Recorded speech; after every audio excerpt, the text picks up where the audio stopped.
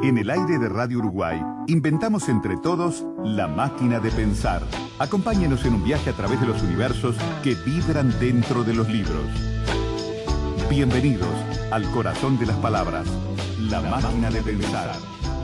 Conduce Pablo Silva Olazábal. Produce Gustavo Germán. Auspicia Biblioteca Nacional. La máquina de pensar.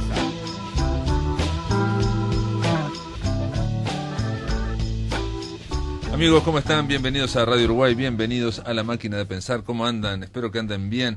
Arranca La Máquina de Pensar hoy en una semana, amigos, dedicada en parte a dos partes. Luis Eduardo Aute viene este miércoles al Teatro Solís, va a presentar su último trabajo, que además de un disco que se llama El niño que miraba el mar, está integrado por un DVD, que es una animación dibujada trazo a trazo, cuadro a cuadro por él, que es El niño y el basilisco. Esto es en torno a una foto, esto lo hemos contado aquí en La Máquina de Pensar, que se sacó en el malecón de La Habana. Él se sacó una foto ahora, con 70 años, y viendo la foto que le sacó la hija, vio que era casi la misma postura de una foto que le había sacado el padre en el malecón de Manila, después de la Segunda Guerra Mundial, cuando tenía 4 años. Entonces, ¿qué hizo? Con Photoshop le pidió a la hija que pusiera a los dos Aute, al Aute niño y el Aute actual, uno al lado del otro, y bueno, se imagina en esta canción el niño que mira al otro Aute, ¿no? Lo que va a pasar, y bueno, y el monstruo, ve el monstruo del otro lado, ve todo lo que pasa, digamos, en el mundo, que es el basilisco, este demonio.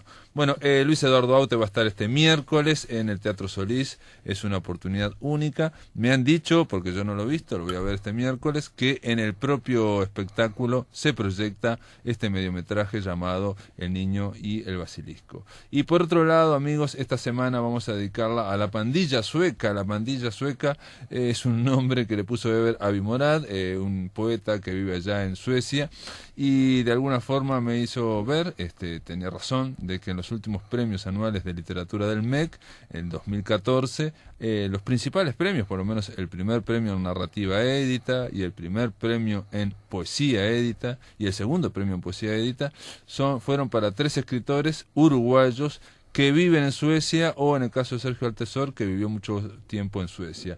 Y hoy también vamos a darle la bienvenida a una escritora que si vivió mucho tiempo en Suecia, Ana Luisa Valdés. ¿Cómo andás? Mucho gusto. Muy contento de estar acá. Ana Luisa, también usted es parte de la pandilla sueca, obviamente. Total. ¿No? Que integra también Roberto Mascaró, que vamos a hablar con él el miércoles, y mucha otra gente, Rocielo, que vamos a hablar el lunes que viene, que anda aquí en la vuelta, me enteré, llegó ayer. El hijo de Mercedes Rein, que murió el año pasado. Sí, claro, de Mercedes Rein, la que murió, sí, claro. Leonardo Rocielo es el hijo. También está Carlos Liscano, director de la Biblioteca Nacional, que vivió muchos años en Suecia, y hay otros más, hay Juan Carlos Piñeiro, que no lo conocía. Muy buen poeta. Estuvo la semana pasada, me dicen, hace unos días estuvo acá por Uruguay Juan Carlos Piñeiro, y ya Graciela Tadei, mucha gente. Y bueno, y Ana Luisa, ya habíamos hablado un poco antes de la presentación de tu libro, su tiempo llegará. Bueno, llegó el tiempo, la novela de Ana Luisa Valdés ya fue presentada, ha sido reseñada en Brecha, muy elogiosamente por Ana Inés Larreborge, tiene una contratapa de Alicia Migdal, que también es muy elogiosa, y tiene una historia rara este libro, ¿no? Esta novela, ¿no? Fue escrita en sueco. Claro, sí, en realidad no es tan raro porque a todos los que vivimos allá nos pasa eso, que adoptamos el idioma, ¿verdad? Y yo no quiero jugar a que yo soy ni ionesco, ni beque, ni mucho menos, pero yo también tengo en este momento el sueco como segundo idioma. Así que entonces yo entro y salgo del español y del sueco, te diría yo, todos los días. Yo, la mitad de mi día es sueco y la mitad de mi día es castellano. Mirá, pero no es tan fácil. Una cosa es dominarlo para la vida en Suecia y otra cosa es dominarlo para la escritura, ¿no? No sé si estos poetas, estos escritores de la pandilla sueca tienen esa facilidad que tenés vos de escribir en sueco. Yo creo que sí, en realidad no se trata porque, claro, como nosotros nos manejamos en español entre nosotros, pero por ejemplo Roberto Mascaró, el que vas a entrevistar, por ejemplo, el miércoles, las traducciones que ha hecho de Tranströmer son excelentes. Yo creo que la poesía es casi lo más difícil de traducir de un idioma al otro, ¿no?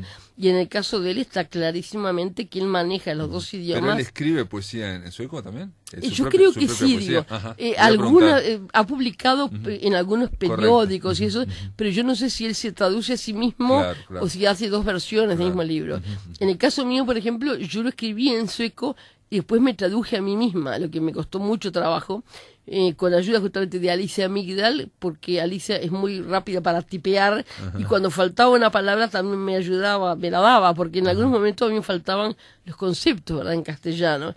Entonces Alicia, que es tan buena escritora, ella también me ayudaba a encontrar esa palabra.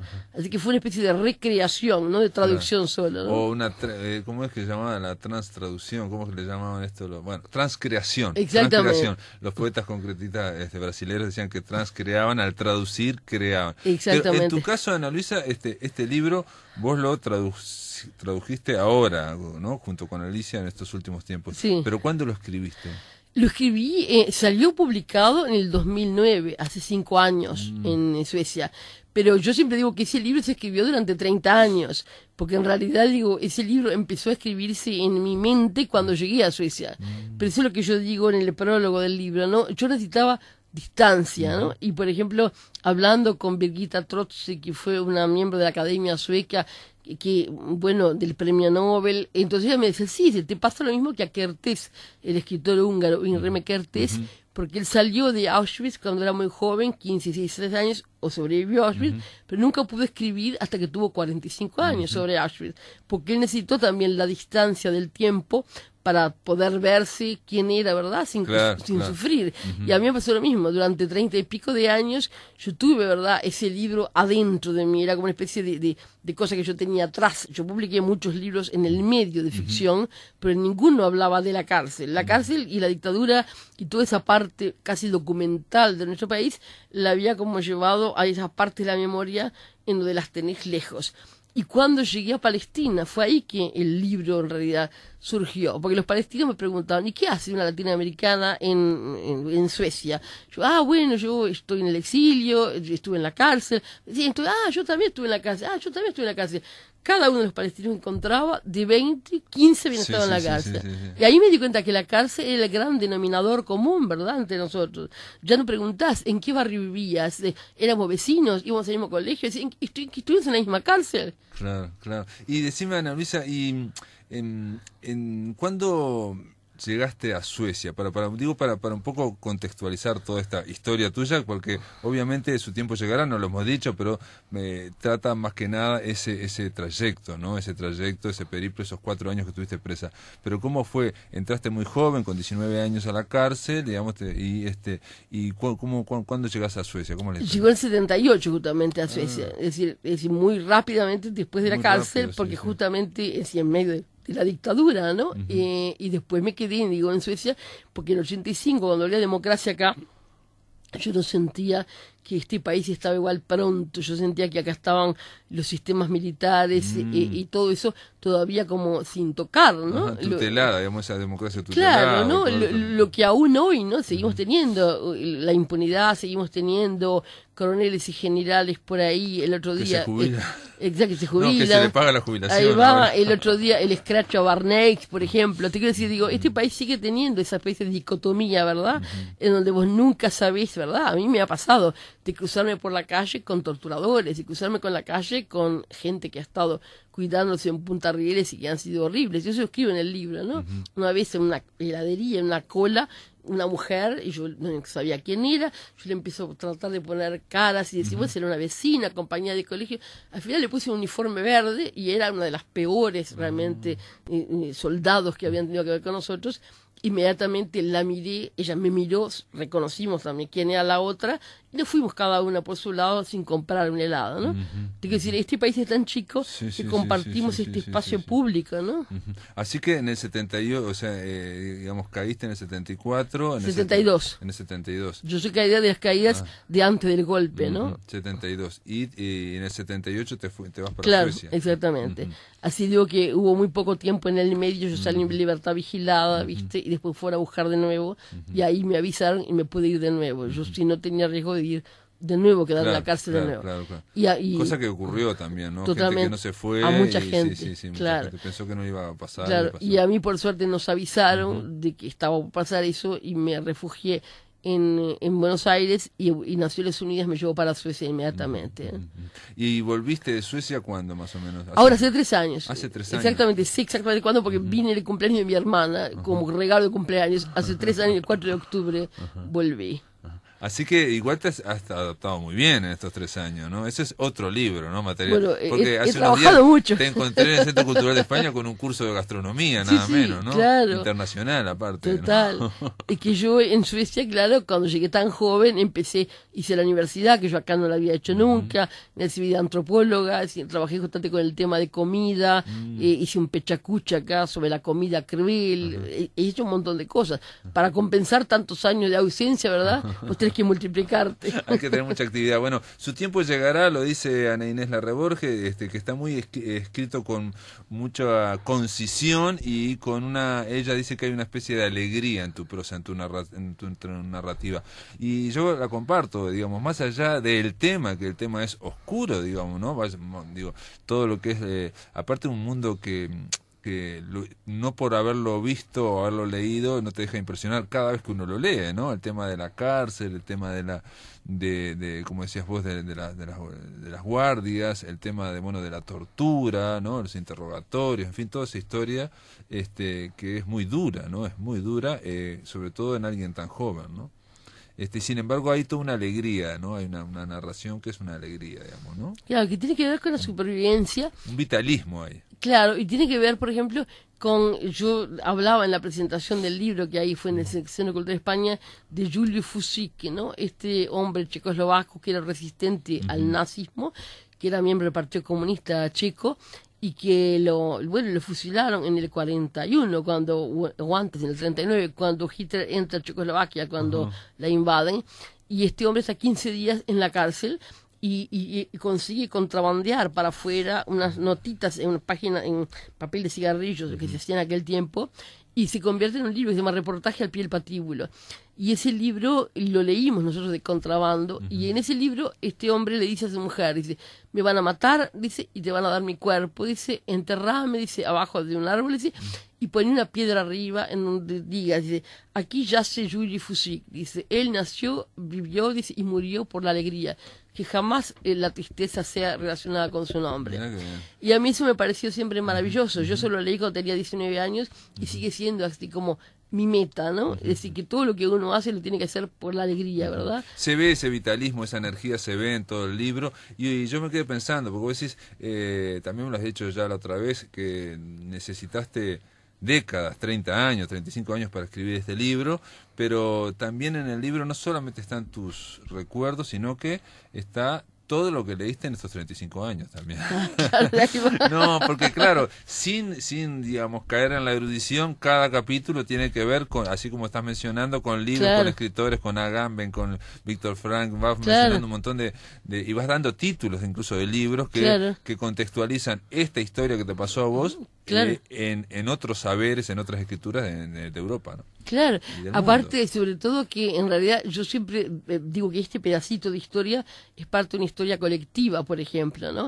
Es decir, cuando yo leí acá los libros que escribieron las compañeras, sobre todo Ivonne Trías, que escribió ese bellísimo libro La Tienta, y Eda Fabre, que escribió Oblivio, que ganó el premio Casa de las Américas, son libros muy lindos y libros muy poéticos y libros que tienen que ver con la historia colectiva y con la voz de las mujeres. Yo creo que las mujeres tenemos una voz distinta, una voz mucho más como íntima, ¿no? Es decir, nos tratamos de recuperar la pequeña historia, ¿no? Lo que dice la frase de la petite histoire. Claro.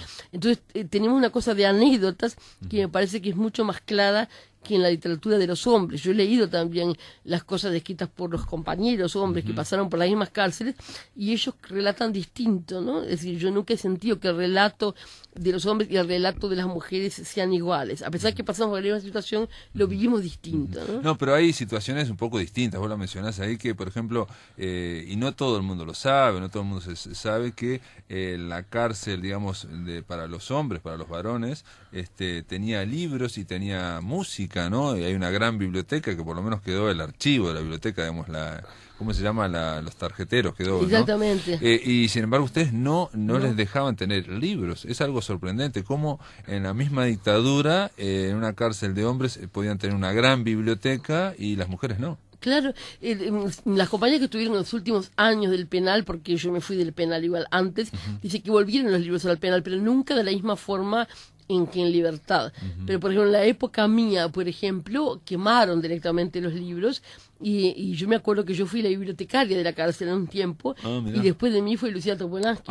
Pero sé que había una biblioteca. Había la una primera pequeña libros, biblioteca. que es lo que yo cuento, después los quemaron. Sí. Es decir, las familias nuestras mandaban libros, por Pero a vos te ejemplo. habían dado los libros de Proust, ¿no? Los 7 tomos. Exactamente. Ahí me acuerdo de Roberto, usted imagino me había mandado los libros de Proust, por ejemplo, de regalo. Y los tuviste que quemar después. Los quemaron, ¿no? Y después justamente de mí vino Lucía Topolansky como bibliotecaria de la cárcel, así que las dos compartimos ese servicio.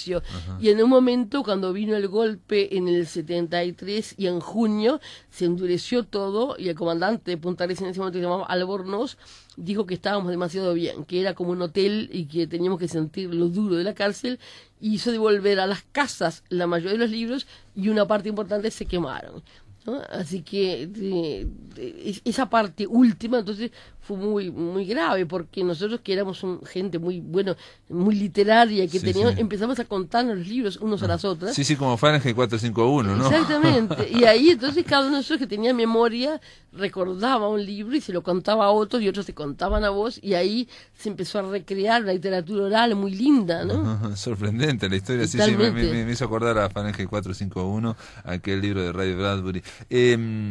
Ana Luisa Valdés, si me esperás un poquito, vamos a una pausa y seguimos conversando después a la vuelta de Su tiempo llegará. Es una novela editada por Ediciones B con Ana Luisa Valdés. En el aire de Radio Uruguay, La Máquina de Pensar.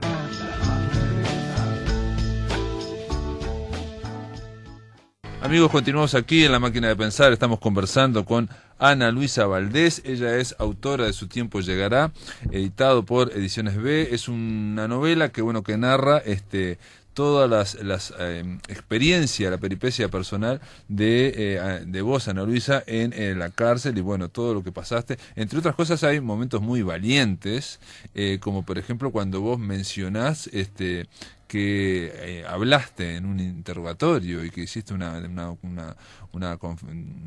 confesión, en fin, y que decís incluso que después fuiste perdonada, pero que vos te tenías que perdonar a vos misma. Claro, todo eso ponerlo en papel, en blanco, en negro sobre blanco. Valiente, yo le llamaría un proyecto de honestidad. Es decir, cuando uno llega a determinada edad en la vida, uno trata de ser honesto consigo mismo, ¿no? Y yo pensaba, eso que fue un gran error, que fue una gran equivocación de mi juventud y que todavía la tengo como presente y como peso, yo no podía quedarme con eso, ¿me entendés? Pero vos sos consciente de que eso ocurrió muchas veces a mucha gente, totalmente. Y que en Uruguay eso no se dice, y es más, te digo, por ejemplo, en otros casos, tipo, digamos, dentro del Partido Comunista, yo recuerdo que hasta el 2003 un dirigente era la primera vez que decía que había hablado bajo tortura, claro. Lo cual es totalmente comprensible y humano, pero hasta el 2003 no se había admitido públicamente. Pero es que por eso yo intenté en este libro no hablar de los héroes, sino decir, no fuimos héroes, porque no era posible ser héroes,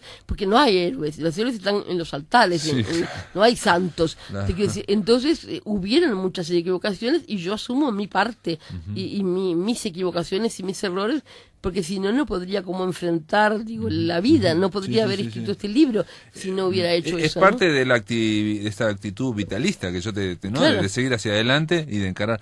Pero yo lo resalto porque me parece que es algo que no es habitual dentro de digamos, de los testimonios. Yo no soy un experto en testimonios uruguayos, pero por ejemplo, también cuando mencionás el tema de las opciones sexuales dentro de la cárcel y de la represión que había entre las propias claro. presas ante opciones sexuales que no fueran las, digamos, ortodoxas, claro, ¿no? Claro. Las normales, entre comillas, digamos, ¿no? Había en ese sentido, y eso, por ejemplo, tampoco se ha verbalizado mucho. Hay un libro que se llama Las rehenas, que es muy interesante, donde Jessie Mackie, aparece con una figura desafiante claro. precisamente, y muchas veces queda aislada de las presas, ¿no? Exacto, sí. Yo conviví un tiempo con Jessie y la quise mucho, realmente una excelente persona, buena gente, con mucha empatía, y siempre también pensé lo mismo, ¿no? Así que ese es el problema. Nosotros teníamos la cárcel que era un reflejo de la sociedad, ¿verdad? Y en ese momento teníamos una sociedad homófoba, ¿verdad? Y entonces era clarísimo que la izquierda nuestra no va a ser diferente, ¿no? Quiero decir, uno tiene los políticos que se merece y los pueblos tienen las cárceles y los que guerrilleros se merecen. Entonces, ahí va todo. Porque contás, por ejemplo, que hay un caso de una pareja de dos claro. Que eran pareja antes de entrar a la cárcel y antes de entrar al propio MLN, exactamente. ¿no? Y sin embargo una de las otras militantes las denuncia ante los oficiales, ¿no? Ante claro. los militares, porque los había visto besarse en un pasillo. Claro que sí, porque eso tiene que ver con la homofobia, tiene que ver con los cánones, ¿verdad? Si la izquierda nuestra tenía cánones, es decir, no los tiene ahora, los tiene distintos, pero la diversidad sexual o la diversidad política, bueno, no estaba como en la agenda, ¿verdad? Y vos contás una cosa que está muy bien también, porque estos 35 años tienen que ver con el cierre, que después te los encontraste, esta pareja, en el 2004, y continuaban, digamos, es una relación de amor muy poderosa, porque digamos, estamos hablando durante décadas, 3 o 4 décadas. Exactamente, ¿no? Y aparte eran dos realmente compañeras maravillosas, gente, una de ellas murió desgraciadamente, pero yo siempre les admiré muchísimo su capacidad de militancia, ¿verdad? Y de compromiso, ¿no? Entonces, quiero decir que la pintura que haces vos está muy matizada, tiene muchos matices, muchos claroscuros para dar esa dinámica. También obviamente sacás mucha cosa interior de tus padres, ¿no? De tu familia, claro, ¿no? Es decir, problemas que no siempre, digamos, los héroes, entre comillas, sacan esa parte, digamos, más interior o más íntima. No es interior, es íntima, familiar, ¿no? O sea, los problemas, vos tuviste problemas con tus padres, digo, nunca te fue a visitar, en fin, una serie de cosas. ¿Sí? No, aparte que pienso que las familias nuestras también estaban en la cárcel.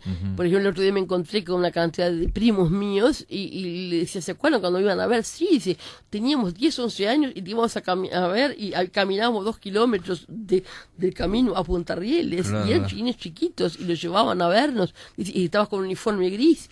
Y eso es impresionante, que hemos dejado esas memorias en la gente. Claro. Y sin embargo, yo te decía, una de los méritos del libro es que recobra una especie de intensidad, porque está todo muy conciso contado. Vos contás, incluso las anécdotas no a veces terminan abiertas, digamos, ¿no? Por ejemplo, vos relatás que tus padres discuten y pones una frase sola que dice: mi padre nunca más me vino a visitar. Y o sea, queda ahí, digamos, y pasa a otro capítulo que no tiene nada que ver, y es como si fueran un videoclip, si se quiere, no van pasando destellos. Como yo te decía que no siempre en español y en uruguayo, acá en la literatura uruguaya, se escribe tan conciso, tan resumido. Claro, yo decía, y realmente fue un descubrimiento que hice hace poco tiempo, charlándolo con alguien también cuando salió este libro, de que esto es porque yo lo escribí en sueco, el libro. Es decir, mis otros libros han sido casi todos escritos en castellano y luego han sido traducidos al sueco. Después tengo una novela también que escribí en sueco directamente, pero es una novela muy anterior, hace 10 años, no tenía el manejo del idioma del sueco que tengo ahora. Entonces, cuando escribí este libro, obligadamente lo hice conciso, porque el sueco es mucho más conciso que el nuestro. Entonces, quiero decir, yo soy muy barroca cuando yo escribo todos mis libros anteriores, La Guerra de los Albatros, El Navegante, El Intruso. Tengo 5 adjetivos por frase, porque esa es la forma en que yo narro. Pero en este libro tengo un adjetivo por frase y ya alcanza, porque es el sueco que me obligó a ser tan concisa, porque tiene una forma de narrar completamente distinta, ¿no? Es más conciso. Bueno, decía Borges, yo te decía que del inglés, que él decía que le parecía una lengua más física, más concreta, más enérgica que la del español, que tiene muchos matices, ¿no? Claro. Y muchas subordinadas, y sobre todo puede generar frases muy largas, ¿no? Periodos muy largos. Eso es muy bueno para el pensamiento y para muchas otras cosas, pero a veces pierde intensidad. A Borges, obviamente, que le gustaba lo otro, ¿no? Claro. Le gustaba la fuerza. Sí. No, yo cuando salió este libro en Suecia en el 2009, tenía también la duda cómo se iba a recibir, sobre todo por el tema también del idioma, porque yo siempre quiero ser juzgada como un escritor, no como un escritor que viene de otro idioma, sino que la literatura para mí es universal y no importa si sos Borges o Ana Valdés o cualquier tercera persona, que te tienen que juzgar por el texto, ¿verdad? Y no por quién sos. Entonces yo pensaba, ¿cómo van a juzgar este libro? Primero es un libro que cuenta una historia distinta, que no es de Suecia, y luego está escrito en sueco. Entonces, pero los críticos allí fueron muy también generosos y lo recibieron muy bien realmente, y hablaron de él como la primera vez que se abusaba el sueco para hablar de esto, ¿no? Entonces estuvo muy lindo.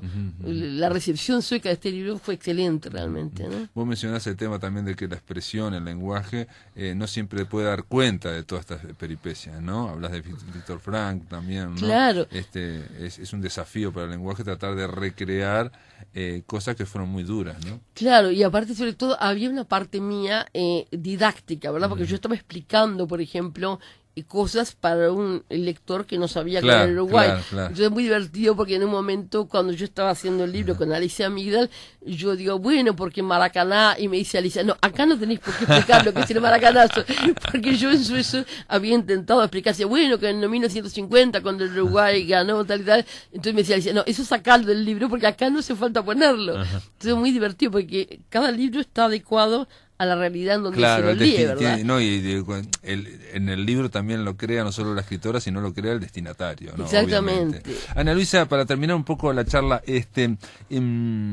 ¿cómo fue, cómo has visto vos la recepción entre, digamos, no sé si hablaste con alguna ex compañera tuya? Sí, vinieron a la presentación muchas compañeras. Si lo leyeron, vinieron muchas compañías al libro, aparte, por ejemplo, Ivonne Trías, que fue una compañera que estuvo también presa conmigo. Ella estuvo presa mucho más años que yo, ¿no? 13 años. Ella fue la que hizo el trabajo de edición del libro, lo que es una cosa, bueno, maravillosa, porque Ivonne realmente tiene un excelente lenguaje. Aparte, el libro de ella, La Tienta, que para mí es el libro más lindo que se han escrito en todo este tiempo. Entonces, para mí era muy importante también la visión de Ivonne. Ivonne también me apoyó muchísimo y me ayudó a corregir, a matizar, a sacar. Y en realidad yo pienso que este libro también tiene mucho de colectivo. Ahí hay historias colectivas. Porque hay historias... Pero el Divón es medio mítico y medio, digamos, elusivo. Claro, es más como hermético. El tuyo es directo, claro. El libro de Divón es más hermético porque ella eligió especialmente ese paquete. Yo elegí otra forma simplemente, pero quiero decir que yo aquí hablo cosas, por ejemplo, la muerte de Roberto Luzardo, por ejemplo, con el esposo de Ana Blanco, una compañera también a la que quiero muchísimo. Entonces, para mí era difícil escribir de otros, ¿verdad? Entonces yo llamé por teléfono, yo traté de ser muy como sensible y muy cuidadosa cuando me refería a otros. Cuando hablo de mi hermana, por ejemplo, yo no quiero contar la historia de mi hermana, porque mi hermana va a poder contar su historia ella misma en algún momento. Que estuvo desaparecida, fue a Chile, digamos. Pero yo conté justamente de ella nada más que las cosas mínimas que tienen que ver conmigo, ¿verdad? Y lo mismo una tía también que estuvo también presa conmigo, pero esa no es mi tía en realidad, sino que es también una visión de mi tía, ¿verdad? La tía mía, digo, es otra persona, ella contará también su historia en algún momento. Yo cuento cosas de otros, pero solamente en referencia a mí, ¿verdad? Claro, pero lo contás con esa alegría, con ese vitalismo, yo diría ese vitalismo que está en todo el libro, ¿no? Se nota esa fuerza y sobre todo esa concisión también, ¿no? Claro.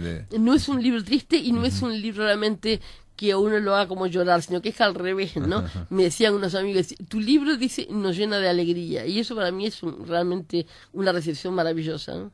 Notable, gracias por estar acá, Ana Luisa Valdés.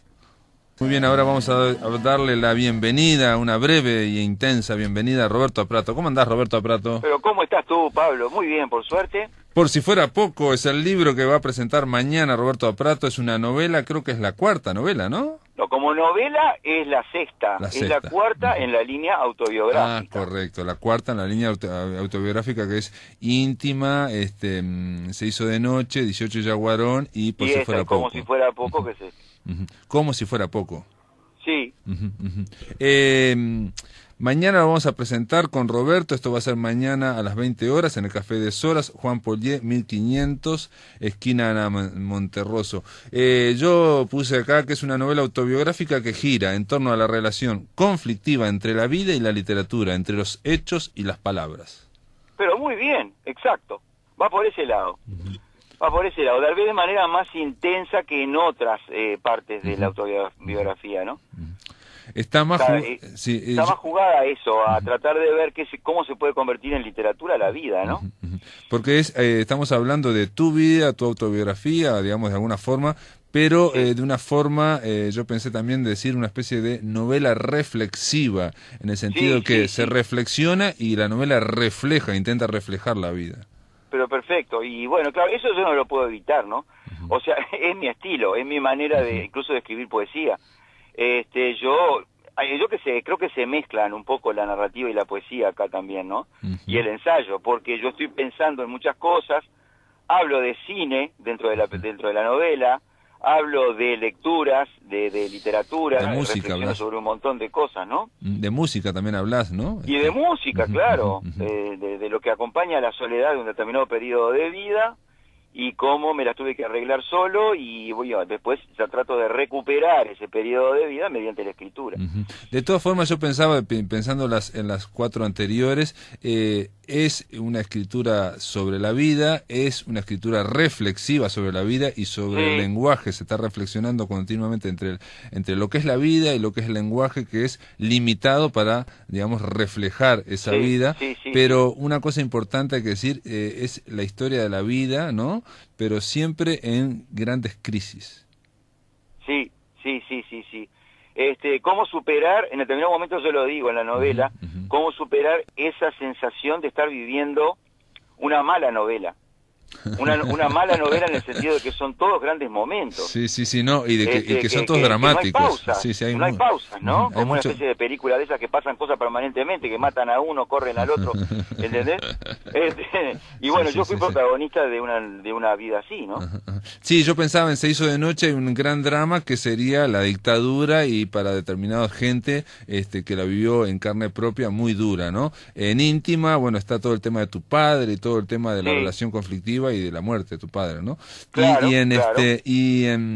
y en esta también está sobrevolando, bueno, crisis de parejas muy importantes, y aparte la muerte de tu madre, digamos, por decirte, por poner solamente 2 elementos. Pero a mí lo que me gustaría decirles de esta novela, que no se puede contar. Es importante que esta novela no se puede contar, porque no hay casi datos, no hay circunstancias, hay muy pocas circunstancias, no hay nombres propios, es decir, siempre hay una reflexión en torno a hechos que digamos que se bordean y se reflexiona sobre eso, ¿no? Exactamente, sí. O sea, si alguien va a buscar mi biografía ahí, está perdido. No es eso, es reflexión sobre datos que en última instancia sí pueden arrojar luz sobre cómo lo vivía yo, pero no sobre los datos, ¿no? No es como si fuera el Facebook de Roberto Aprato. Acá no se ve nada, sino que se ve es una novela reflexiva sobre el lenguaje. Bueno, exacto, lo que está alrededor. Exacto. No, lo que está adentro, cómo se ve desde dentro, lo que está dentro de los hechos, ¿no? Roberto Aprato, bueno, mañana vamos a estar a las 20 horas. A las 8, todos los dos ahí luchando por imponer esta novela de Irrupción, el grupo editor. ¿Sabes? Café de Soras, Juan Polié, 1500, esquina Ana Monterroso. Amigos, están todos invitados, eso se puede ir, es entrada libre. Roberto Aprato, gracias por estar acá en La Máquina de Pensar. Gracias a ti, un abrazo grande. Chau. Hasta mañana. Bueno, amigos, ahora en La Máquina de Pensar le vamos a dar la bienvenida al hombre que está del otro lado del teléfono, allá en Suecia desde el año 1975, el poeta Eber Avimorat. ¿Cómo andas, Eber? Hola, ¿qué tal? ¿Qué tal, Pablo? Aquí desde una invernal primavera, 5 grados. 5 grados.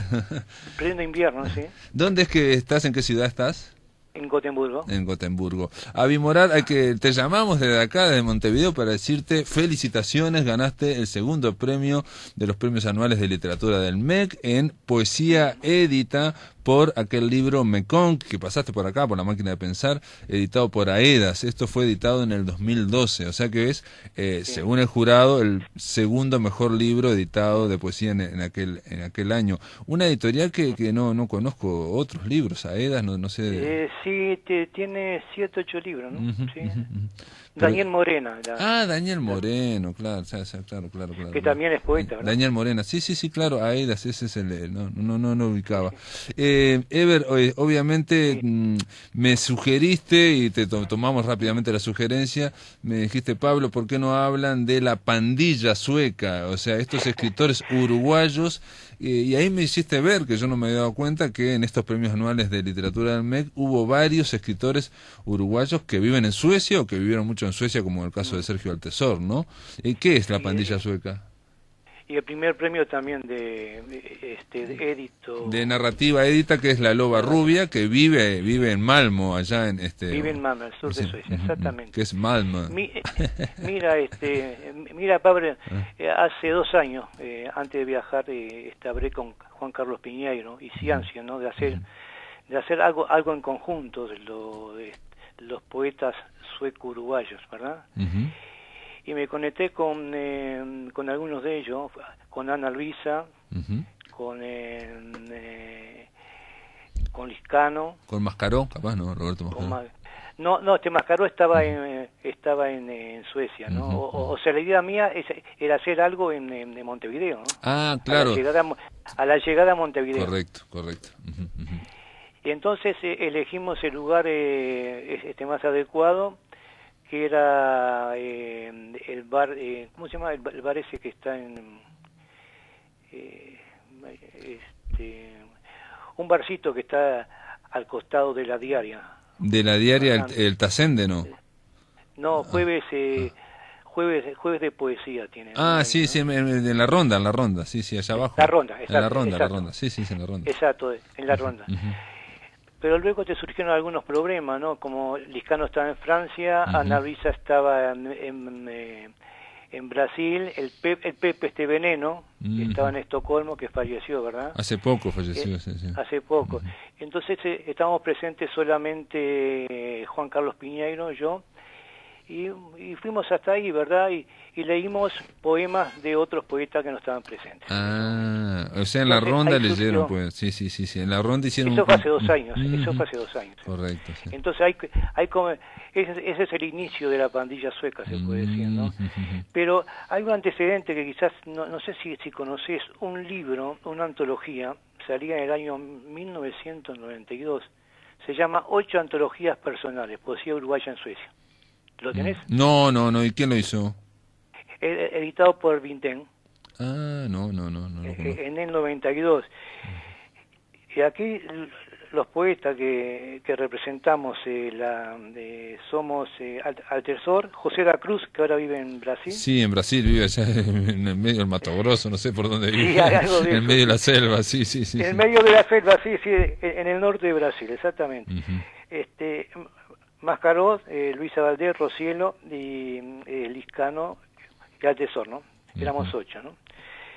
O sea, se puede hablar que fue el inicio ese, ¿no? O sea de hacer algo colectivo de este grupo de uruguayos suecos que vivimos en Suecia.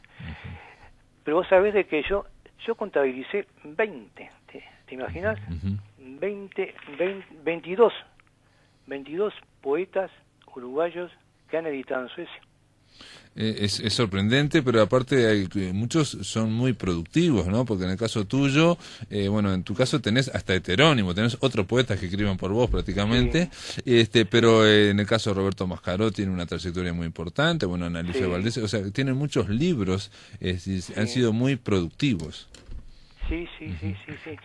Y lo interesante que Rocielo, que quizás lo veas. Rocielo, días, sí, porque, sí, la semana que viene va a estar Leonardo Rocielo, sí, acá. Él hizo un trabajo para la Universidad de Gotemburgo, ¿no? Ujú. Y comparó, justamente lo que hace es comparar la cantidad de escritores de uruguayos ahí en el país, ¿no? Sí. Y lo que hay aquí y en Suecia, ¿no? Entonces él contabilizó 400 escritores uruguayos para 3 millones de habitantes, ¿no? Y en esa época que fue en el año 90, creo, que hizo este estudio, contabilizó 17 escritores para 2.500 uruguayos en Suecia. Claro, es mucho. Entonces la relación es muy extraña, ¿no? Y da a pensar por qué, ¿no? O sea, ¿cuál es la pregunta, no? Lo que llama la atención se podría interpretar como una cierta composición de personas de clase media política, ¿no? Con estudios a su llegada al nuevo país, sumado a la ayuda brindada por los organismos suecos. Bueno, eso puede ser, ¿no? Hay también esa cobertura que tiene Suecia y que digamos, alivie un poco esa tensión terrible, esa angustia terrible de vivir en otro país, ¿no? Y en otro idioma, ¿no? Tan fuerte. Una pregunta, Ever, me gustaría, no sé si obviamente en tu caso la vas a poder responder, pero no en el caso de otro, no sé. En el caso de Ana Luisa Valdés, ella escribe en sueco literatura, escribe una novela, en su tiempo llegará, la acaba de traducir ella misma y la sacó en castellano. En tu caso, vos, tu poesía, ¿escribís también en sueco o solo escribís en español? Mi poesía es totalmente en español, pero han habido algunas traducciones al sueco, ¿no? Hay libros en sueco. ¿Pero quién los tradujo? ¿Vos misma? No, yo no, Misma? una profesional traductora. Claro. Ujú. Y decime, y después en cuanto a artículos, sí, obviamente, de culturales, eso sí, ¿no? Sí, artículos tengo mucho. En la prensa sueca tengo, bueno, una cantidad, ¿no? O sea, Claro, sí, muchos años escribiendo. Sí, poeta, aparte sos muchos años. traductor. Y Ebert, editaste, bueno, Mekong, este libro, no sé si todavía está está distribuido, si está en librerías, pero Mekong tiene Sí, que está. ver con aquel viaje, una especie de viaje tuyo, a Vietnam, ¿no? A Vietnam, y bueno, donde... Sí, fue al Mekong, ¿no? Al Mekong, al río Mekong. El río Mekong es un río de unos 5.000 kilómetros. Ajá. Esa es la extensión, más o menos. Y nace en la meseta del Tíbet. Y va avanzando por diferentes países. Tailandia, Laos, Camboya y desemboca en Vietnam, ¿no? O sea, entonces fue un viaje por el río Mekong, realmente, ¿no? Y fue muy interesante. Ya anteriormente, hace 6 años atrás, viajé al Tíbet, ¿no? Entonces me sentí un poco atraído, ¿no? Por esa zona del mundo, ¿no? Y en el caso de Mekong, bueno, me acuerdo que estuvimos conversando y que de alguna forma son como instantáneas que surgen de ese viaje, pero que de alguna forma también te dan para volar hacia tu vida, ¿no? Hacia tu historia, incluso de los años 60, ¿no? Y sí, bueno, hay una poesía, a ver si la encuentro, ¿no? Realmente, que trata de cuando visité el Museo de la Memoria, ¿no? Y estuviste con aquella muchacha que fue quemada, digamos, y que salió corriendo por Anapán. Exacto, ese poema me acuerdo, es impresionante que me acuerde de ese poema. Que aparte no lo mencionás, digamos, aludís a esa muchacha, que es la foto más importante, digamos, más famosa de Vietnam, que son 2 niños que van corriendo en la carretera desnudos, quemados por el napalm, ¿no? Por interesante esa mujer, ¿sabes lo que es? De que ahora vive en Canadá, casada con un vietnamita, y que en el año 1996 fue invitada por los veteranos de guerra de Vietnam. Y ella habló con los implicados, los que vivían en ese momento de la guerra, ¿no? Sí. Y los perdonó. Con la gente que, digamos, que estuvo implicada en ese evento Sí. Terrible. Sí, fue terrible, ¿no? Y los perdonó. En el caso de ella, se convirtió al cristianismo también, ¿no? O sea, fue un pasaje muy relevante para esta mujer, ¿no? ¿Y vos estuviste con ella? ¿no? ¿Vos estuviste con ella? No, ella iba en Canadá. Ajá. Yo estuve en el Museo de la Memoria. Bueno, son dos cosas diferentes, ¿no? El Museo de la Memoria está en la capital, ¿no? Ho Chi Minh, sí. ¿no? Esto es al sur de Ho Chi Minh, es una zona chiquitita, y ahí su prima regenta una cafetería, ¿no? Y ahí muestra los sucesos de ese momento en ese lugar, ¿sabe? Y por esa calle que corrían los chicos, ¿no? Cuando cae en Napá, ¿no? Ahí estuve yo, con la prima en eso. Sobre este museo, lo que vos decís de este Museo de la Memoria, hay una foto del año 1968 de Montevideo contra la guerra de Vietnam. Eso fue interesante, ¿no? Ver eso así me impresionó. Sí, sorprendente. Eber, un poco, nos quedan 3 minutos, me gustaría, antes de despedirte, conversar, aunque sea muy brevemente, de este último libro tuyo, editado acá en Yaugurú. Tiene un título bastante grande para un libro, debe ser de los títulos más importantes. El título de Eber se llama Dios, con mayúscula, Dios, y está firmado por Flor de Condominio, que es un heterónimo, digamos, es una poeta, un heterónimo tuyo, ¿no? Que hay una historia, incluso la historia de ella, que digamos que Flor de Condominio está también en Gotemburgo, está casada, en fin, toda una serie de historias. Yo lo tomé, un libro que se llama Dios, que esté firmado por Flor de Condominio. Yo pensé que iba a haber honestamente, pensé que iba a haber una gran sorna paródica, iba a haber todo un marco humorístico importante, ¿no? El hecho que se llame Flor de Condominio la poeta ya es un poco... Y sin embargo me encontré con poesía bastante, digamos, atravesada, sí, trascendental, atravesada por el límite, ¿no? Atravesada por el tema de la muerte constantemente. Y justamente, mira, esto surgió, un amigo me llama un día y me dice, vamos a comer barato, me dice, a una iglesia, así como te cuento. Sí. Allí voy y me encuentro con alcohólicos, drogaditos y gente sin techo, ¿no? Y otras que perdieron el rumbo de una vida normal, ¿no? En el comedor de la iglesia tenía todo lo contrario de lo que se iba afuera. Esa sociedad de consumo, de competencia. Entonces pensé, esta gente no grita a pesar de su sufrimiento, ¿verdad? Algo anda mal. ¿Cómo es que esta gente es que estaba tratada con medicina, claro, ¿no? Por eso no se notaba nada. Claro. Pero lo más importante, que ellos reconocen la marginación, ¿no? ¿Cómo te puedo decir? Asumen la identidad de marginados. Eso. Entonces pensé, esta gente y no hacen daño y son ellos lo que representan ese eslabón hacia lo desconocido, ¿no? Yo digo Dios como, no sé, podría decir el cielo, las estrellas, no sé, el sol, ¿no? A lo desconocido, al infinito. A lo que está más allá del límite, ¿no? A lo que está más allá del límite, ¿no? Es como avisorar más allá, digamos, del límite humano, si se quiere, o de una vida humana, ¿no? Pero me sorprendió, digamos, porque digo, todo el libro está escrito, digamos, por esa digamos, esa idea y obviamente es bastante personal, pero sobre todo está escrito en serio. Eso me sorprendió. Eso me sorprendió. Y está dedicado, si ves la dedicación, a los huérfanos de la plaza, ¿no?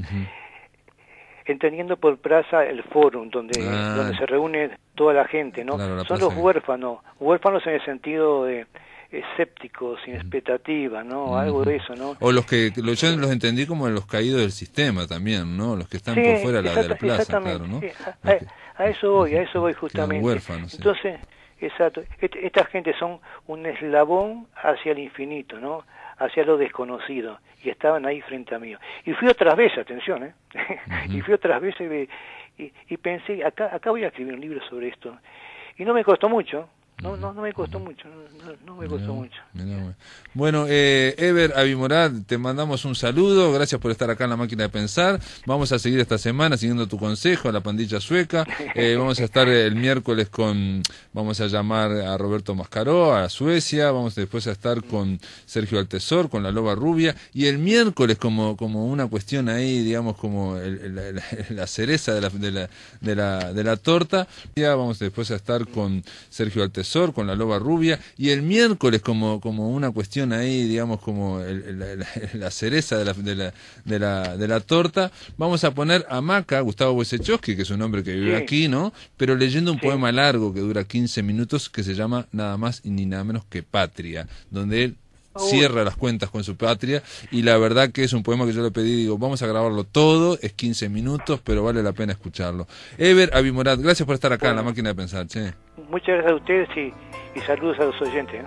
Chao, gracias, chao. Che. Bueno, amigos, se termina La Máquina de Pensar. Mañana vamos a hablar con Luis Eduardo Baute sobre su disco El Niño que Miraba al Mar. Insisto, es un disco que se va a presentar este miércoles 17 en el Teatro Solís. Se trata de de estas canciones. Mañana vamos a hablar con Aute sobre este disco. Que lo pasen muy, pero muy bien.